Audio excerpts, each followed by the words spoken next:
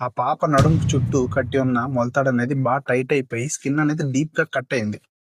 Last Sunday మన ఓపీడీకి ఒక తల్లి తన 8 నెలల పాపను తీసుకొచ్చింది. ఆ పాప మార్నింగ్ నుంచి కంటిన్యూయస్‌గా ఏడుస్తుంది. ఎంత బుజ్జగించినా ఆపట్లేదని చెప్పింది.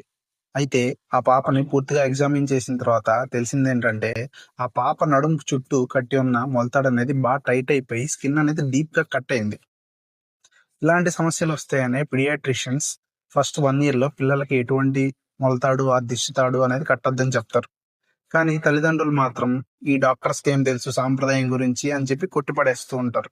పిల్లల చర్మం అనేది చాలా మృదువుగా ఉంటుంది. ఫస్ట్ 1 ఇయర్‌లో వాళ్ళ డెవలప్‌మెంట్ అనేది చాలా ఫాస్ట్‌గా ఉంటుంది. ఇవాళ కట్టిన తాడు లూజ్‌గా ఉన్నా సరే, ఎల్లుండికి అది టైట్ అయ్యే అవకాశాలున్నాయి.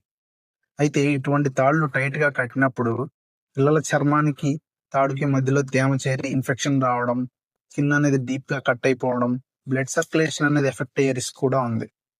అందుకని అట్‌లీస్ట్ ఫస్ట్ 1 ఇయర్ అయినా పిల్లల్లో ఇటువంటి తాళ్ళు కట్టడం అనేది అవాయిడ్ చేయండి. ఇఫ్ ఎట్ ఆల్ కట్టాల్సి వస్తే మాత్రం ఈ 2 జాగ్రత్తలు ఖచ్చితంగా తీసుకోండి.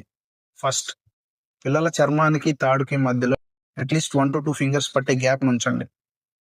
రెండోది టైమ్ టు టైమ్ పిల్లల చర్మాన్ని అబ్జర్వ్ చేస్తూ ఉండండి. ఎటువంటి ర్యాష్ డెవలప్ అయినా సరే వెంటనే ఆ తాడుని కట్ చేసి మీ పీడియాట్రిషియన్‌ని కన్సల్ట్ అవ్వండి. గుర్తుపెట్టుకోండి సాంప్రదాయం ముఖ్యమే. కానీ అంతకంటే ముఖ్యమైనది మీ పిల్లల safety. Thank you. Share this reel with your friends and family.